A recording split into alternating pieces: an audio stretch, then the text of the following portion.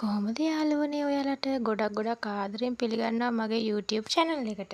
ඉතින් මම අද ඔයගලන්ට අරගෙන ආවේ කේක් එකක් කොහොමද ක්‍රමානුකූලව අයිසින් කරගන්න විදිහ. ඉතින් අපි වීඩියෝ එකට ගිහින් බලමු. ඔයාලට මෙන්න මේ විදිහට බටර් කේක් එකක් හෝ චොකලට් කේක් එකක් ගන්න පුළුවන්. ඉතින් මේක අයිසින් එකෙන් හොඳට කවර් කරන්න ඕන. පසුව මෙන්න මේ විදිහට ඔයාලගේ නිර්මාණාත්මක හැකියාව අනුව මේක වැඩි දියුණු කරගන්න පුළුවන්. ඉතින් මම නම් මෙතෙන්ට මල් යෙදුවොත් සුදුසුයි කියලා හිතුණා. ඉතින් ඒක නිසා මම මේකට මල්ම යොදන්න තීරණය කෙරුවා.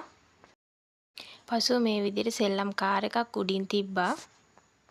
ඉතින් මේ රූපයෙන් ඔයාලට දිස් වෙන්නේ තවත් එක් ආකාරයක අයිසින් කේක් එක නිර්මාණයක්.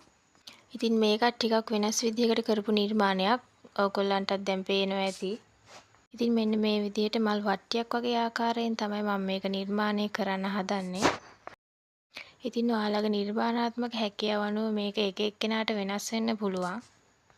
ඉතින් තමන්ගේ නිර්මාණාත්මක හැකියාව අනුව ලස්සනට අයිසින් කේක් එකක් ගෙදරදීම ඔබට නිර්මාණය කරගන්න පුළුවන්.